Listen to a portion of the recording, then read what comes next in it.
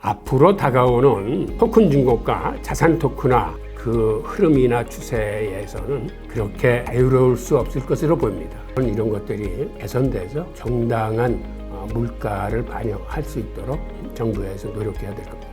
더 많은 기관 투자자들 그리고 더 규모가 큰 기관 투자자들이 비트코인 ETF 매수에 나설 것으로 보여서 많은 관심이 모여지고 있습니다.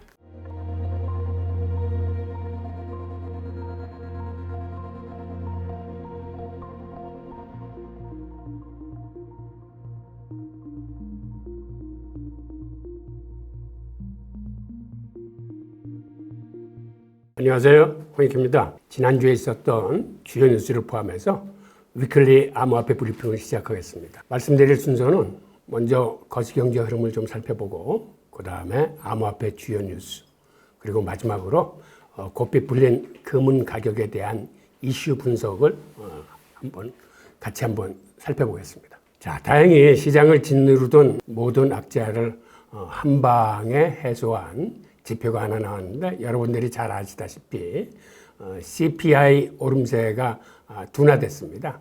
5월 15일 날 발표됐죠. 4월 CPI가 이전치보다 낮은 3.4%로 발표됨으로써 그동안 무산된 줄 알았던 금리 인하가 다시 소생하는 분위기입니다. 따라서 자산 가격이 일제히 상승함으로써 지금 증시가 최대 호황을 누리고 있고 덕분에 비트코인도 7% 이상 급등했습니다. 더 중요한 건 근원 CPI 상승률이 둔화되었다는 건데요. 지금 옆에 보이는 그래프처럼 하락세가 완연하게 지금 상승률이 둔화된 걸 나타내고 있습니다. 이 근원 CPI가 중요한 이유는 근원 CPI는 변동성이 큰 에너지 상품하고 식량을 제외한 상품들의 물가지수이기 때문에 이게 통화정책의 기준 지표로 쓰입니다.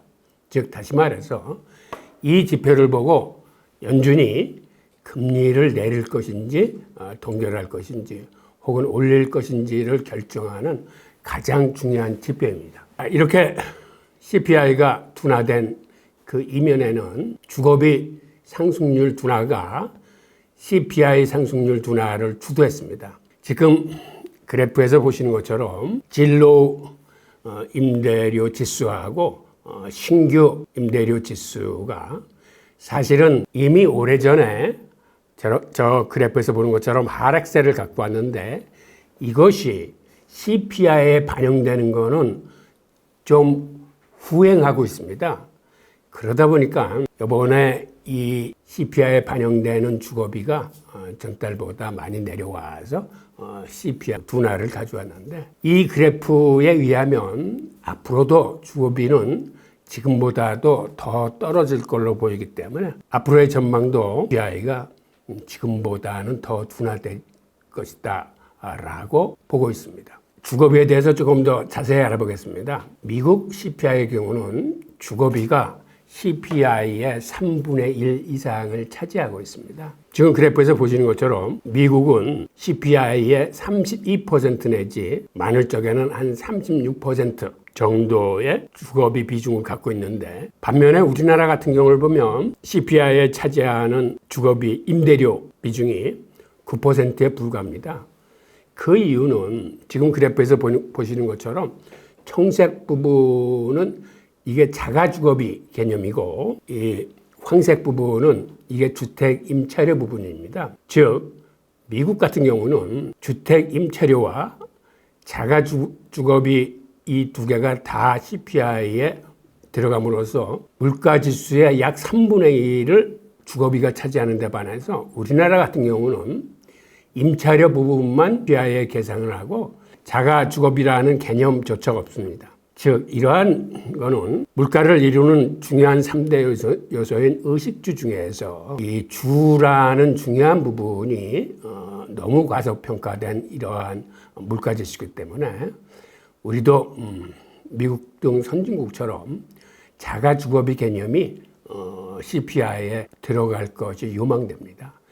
자가주거비라는 건 아시겠지만 어떤 뜻이냐면 내가 주택을 갖고 있어도 만약 이를 임대를 줬을 적에 임대료가 어느 정도 나오는지를 추측해서 물가에 집어넣는 겁니다. 그러니까 순수하게 임대 사는 사람들의 임대료뿐만 아니라 자가주택을 갖고 있어도 그것을 임대를 줬을 적에 어느 정도의 비중으로 그것이 물가에 차지하는지를 가늠하기 위해서 선진국은 자가주거비 개념을 갖고 이렇게 주거비 비중을 높이고 있는데, 우리 한국은 이것이 CPI에 들어가지 않음으로써 사실상 주택가격의 상승이 거의 CPI에 반영이 안 되는 그런 반쪽짜리 CPI를 갖고 있습니다. 앞으로는 이런 것들이 개선돼서 정당한 물가를 반영할 수 있도록 정부에서 노력해야 될 겁니다. 자, 이렇게 4월 CPI가 둔화되다 보니까 다시 금리 인하 기대가 살아나고 있습니다. 9월 금리 인하 패드워치를 살펴보면 발표하기 전날은 이게 50% 이하였었는데, 즉 48.9% 정도 됐었는데, 이 발표한 날 이게 51.7%로 치고 올라가서 과반을 넘었습니다. 그 얘기는 과반이 넘는 사람들이 이제는 9월경에는 연준이 금리를 인하하겠구나라고 시장에서 기대하고 있다는 의미입니다. 시장은 9월뿐만 아니라 11월 달에도 한 번 더 금리 인하가 있었으면 좋겠다라는 이런 기대 심리까지 살아나고 있어서 올해 한 번 내지 많으면 2번 정도의 금리 인하를 시장에서는 기대하고 있습니다.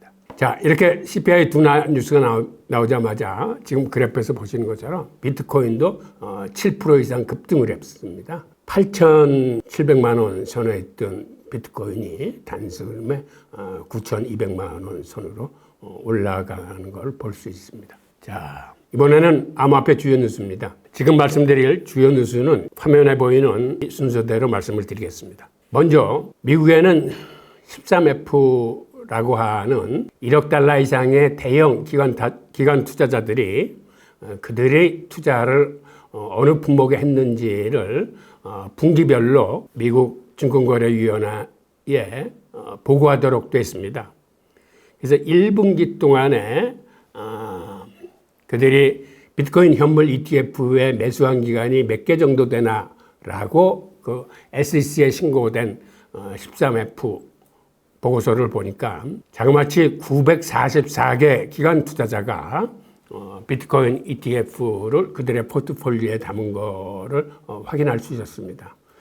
보유한 ETF 총액은 107억 달러에 상당했습니다. 금 ETF에 투자한 기간이 같은 기간에 95개사였던 것에 비하면 금보다 자그마치 10배 정도에 다다르는 기관들이 비트코인 ETF를 담았습니다. 즉 우리가 지난 1월 달에 비트코인 현물 ETF가 나왔는데, 보통 시장에서 생각하기에는 기관 투자자들은 한 3개월이 지난 시점에서 그간의 비트코인 ETF의 정상 거래나 어떤 문제점이 없는지를 면밀히 검토한 다음에 입지를 시작할 것이다 라고 대부분 생각했었는데, 예상보다 많은 기관 투자자들이 빠른 시기에 이 ETF를 그들의 포트폴리오에 담은 걸 확인할 수 있었습니다. 이렇게 많은 기관 투자자들이 본격적으로 비트코인 ETF를 그들의 포트폴리오에 담음으로써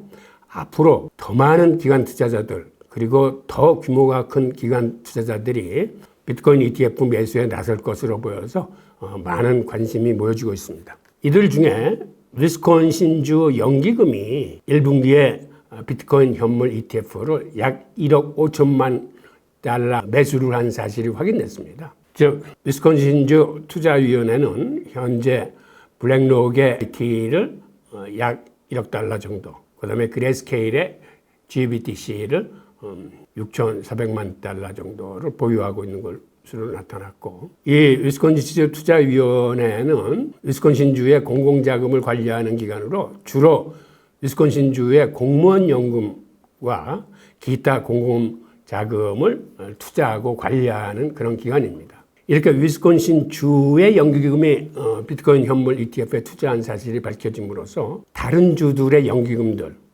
그리고 더 나아가 대학의 펀드 등 주요 대형 연기금이나 펀드들이 이를 보고 뒤를 따를 것으로 보입니다. 다음 뉴스입니다. 뱅가드가 전 블랙록 ETF의 총괄을 뱅가드의 신임 CEO로 임명을 했습니다. 뱅가드는 7월 8일자로 살림 렌지가 신임 CEO로 취임한다고 발표를 했습니다. 이 살림 렌지가 블랙록에서 ETF를 총괄했던 사람으로서 비트코인 발행에도 중추적인 역할을 맡았던 사람입니다. 우선 뱅가드 자산운용사는 운용자금이 약 7조 달러로 블랙록 다음에 미국에서 2위의 자산운용사입니다. 그런데 뱅가드는 저번에 어떤 거를 발표했냐면 자기네들은 지속 가능한 투자를 원칙으로 하기 때문에 변동성이 큰 비트코인 ETF는 취급을 하지 않겠다라고 선언을 한 기관입니다. 근데 그럼에도 불구하고 뱅가드는 마이크로 스트래티지의 주식은 소유하고 있습니다. 그 소유한 분량도 많아가지고 마이크로 스트래티지의 주식 150만 주를 갖고 있는데 이는 마이크로 스트래티지 주식의 10%가 넘는 분량입니다. 즉 그들이 비트코인에는 투자를 하지 않겠다고 하면서도 비트코인으로 급성장하고 있는 마이크로 스트래티지 주식은 이렇게 많이 갖고 있는 걸 볼 수 있는데 이번에 뱅가드의 차기 CEO로 임명된 살림 렌지는 본인은 뱅가드의 철학을 존중해서 뱅가드의 CEO로 가더라도 일단 비트코인 현물 ETF 출시 계획은 갖고 있지 않다라고 발표를 하면서 일단 시장의 기대치에 선을 그었습니다. 하지만 앞으로 다가오는 토큰 중고가, 자산 토큰화, 이 금융권 전체를 띄울 정도로 그 흐름이나 추세에서는 그렇게 자유로울 수 없을 것으로 보입니다. 그래서 뱅가드도 아마 금융권의 최대화두로 떠오르고 있는 자산 토큰화 사업에서는 여기에 총괄을 맡았던 블랙록의 살림 렌지 신임 CEO를 통해서 아마 내부적으로는 이 부분에 준비를 하지 않을까라는 추측을 하게 됩니다. 그리고 그 과정에서 아마 지금은 아니더라도 궁극적으로는 비트코인 현물 ETF 등 아마 이 가상자산 시장에 뛰어들지 않을까라고 이제 조심스럽게 예측을 해봅니다. 자, 다음 소식입니다. 미국 최대 헤지펀드 25곳 중에서 13개 헤지펀드가 비트코인 현물 ETF에 투자를 했습니다. 이 중에서 뉴욕의 헤지펀드인 부스베이 펀드 매니지먼트는 약 3억 달러라는 큰 돈을 투자를 했고, 스티브 코엔이라고 뉴욕 매츠의 구단주이자 대형 헤지펀드를 갖고 이분은 비트코인 현물 ETF를 그렇게 많은 수량은 아니지만 7,750만 달러 상당의 피델리티 비트코인 현물 ETF에 투자를 했습니다. 참고로 헤지펀드들도 이 가상자산에 대해서 생각보다는 관심이 많습니다. 우선 미국 최대의 수익률을 올렸던 헤지펀드인 시타델은 지난해에 수익률이 가장 좋았죠. 이미 암호화폐 거래소에 투자를 했고, 그 다음에 이번에 그 산하 금융사인 시타델 증권은 블랙록의 비트코인 현물 ETF의 시장 조성자, 즉 AP로 참여하고 있습니다. 즉 이런 걸로 미뤄봐서 헤지펀드들도 앞으로는 가상자산 시장에 생각보다는 많은 그리고 깊은 참여를 할 걸로 보입니다. 다음 뉴스입니다. 시카고 상품거래소 CME가 비트코인을 거래할 계획을 적극 검토하고 있습니다. 세계 최대 선물 거래소인 시카고 상품거래소 CME가 비트코인 거래를 시작하는 방안을 검토하고 있다고 파이낸셜 타임스지가 지난 15일 보도를 했습니다. 현재 비트코인은 암호화폐 거래소인 바이낸스나 코인베이스 등과 같은 플랫폼에서 거래되고 있는데, 이거를 CM이라는 세계 최대 선물 거래소가 그들과 마찬가지로 비트코인 거래하겠다는 건데, 이미 CME는 비트코인 선물 거래를 취급하고 있는 거래소입니다. 근데 이번에 현물 거래까지 도입을 하면 투자자들이 이른바 베이시스 거래, 곧 차익 거래를 더 쉽게 할 수 있을 것이라고 파이낸셜 타임스는 내다봤습니다. 베이시스 거래는, 즉 차익 거래는 현물과 선물 가격 사이에서 이익을 얻는 방식인데, 이게 미국 국채 거래의 대부분이 이 CME 거래소에서 이루어지고 있습니다. 조금 더 구체적으로 말씀을 드리면 이 차익 거래는 어떻게 하는 거냐면, 예를 들어서 싼 걸 사고 비싼 걸 파는 차익 거래입니다. 즉 보통 시장에서 현물이 싸게 팔리고 선물이 현물보다 좀 비싸게 처음엔 가격이 형성됩니다. 물론 반대로 형성될 때도 있지만 대부분은 현물이 좀 쌉니다. 그러다 보니까 현물을 사고 선물은 파는, 즉 이쪽은 롱을 걸고 이쪽은 숏을 거는, 현물 비트코인을 사고 선물 시장에서는 비트코인을 공매도하는 전략을 취함으로써 궁극적으로 이게 마감일이 되면 현물과 선물 가격이 같아집니다. 즉 그 원리를 이용해서 싼 걸 사고 비싼 걸 팔아서 나중에 마감일이 다가오면 두 가격이 이렇게 만나는 그 원리를 이용해서 가벼운 소액의 수익을 얻는 건데, 이게 금액을 많이 하다 보면 결코 작지 않은 수익이 됩니다. 그러다 보니까 헤지펀드들은 이 거래를 굉장히 많이 합니다. 그리고 이 거래의 장점은, 이 거래는 무위험 수익입니다. 리스크를 갖지 않고 수익을 볼 수 있다고 해서 무위험 차익 거래라고 부르죠. 아비트리지. 그래서 바로 그 아비트리지의 산실인 시카고 상품거래소에 비트코인 현물 거래가 시작되면 이제는 본격적으로 비트코인 차익 거래가 이 시카고 상품거래소를 통해서 이루어질 수 있기 때문에 아마 비트코인 수요도 많이 급증할 걸로 보입니다. 자, 다음 뉴스입니다. 일본 상장사인 메타플래닛이 엔화 약세에 대응하기 위해서 비트코인을 매입했다는 그런 뉴스입니다. 메타플래닛은 일본의 부채 부담과 엔화 변동성에 대응하기 위해 비트코인을 전략적 준비자산으로 채택했다고 발표를 했습니다. 그들의 보도 자료에 의하면 지속적인 경제적 압박, 특히 높은 정부 부채 수준, 장기간의 실질 이자율 하락, 그로 인한 엔화 약세에 직접적으로 대응하기 위해 비트코인을 전략적 준비자산으로 채택했다고 밝혔습니다. 이 회사는 4월부터 약 719만 달러에 상당하는 비트코인을 매입했으며, 미국에 상장된 마이크로 스트래티지가 수십억 달러 상당의 비트코인을 매입한 전략을 따랐다고 보도를 했습니다. 즉 일본 상장사로서는 처음 이렇게 엔화 약세에 대응해서 비트코인을 매입했다는 이 사실이 아마 다른 기업들한테도 많은 영향을 끼치게 될 겁니다. 즉 우리가 잘 알다시피 미국의 마이크로 스트래티지는 비트코인을 전략 자산으로 택한 이후에 주가가 급등했습니다.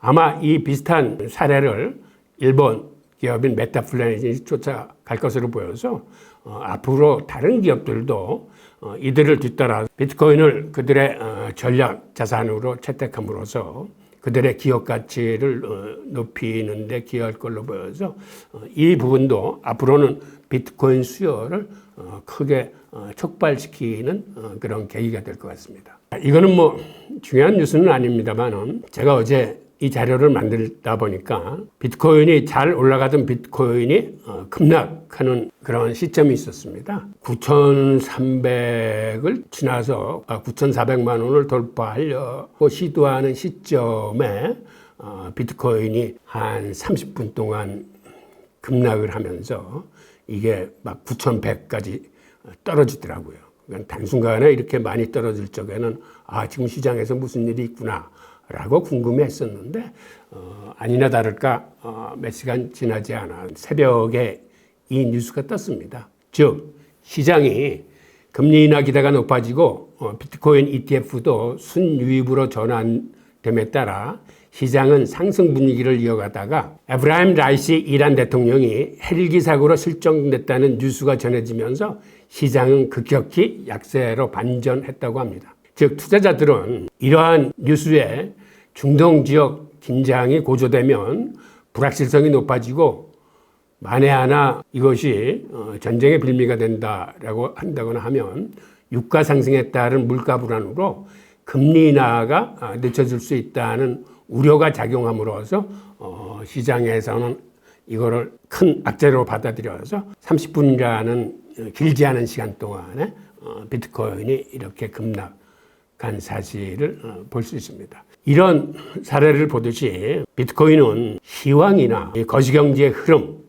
그 다음에 어떤 지정학적인 요인 이런 데에 따라서 가격의 등락이 이루어지는 경우가 많습니다. 그러니까 저희들이 거시경제 흐름이나 어떤 주요 이슈에 대한 분석이라거나 혹은 이런 지정학적 뉴스에 관심을 갖고 이를 분석하는 이유는 궁극적으로 이런 비트코인을 포함한 암호화폐도 다른 자산시장, 즉 채권이나 주식과 마찬가지로 거기서 자유로울 수 없기 때문에 항상 주식을 하던 채권을 하던 암호화폐를 하던 이러한 뉴스에는 관심을 갖고 시장 상황을 체크하시기 바랍니다.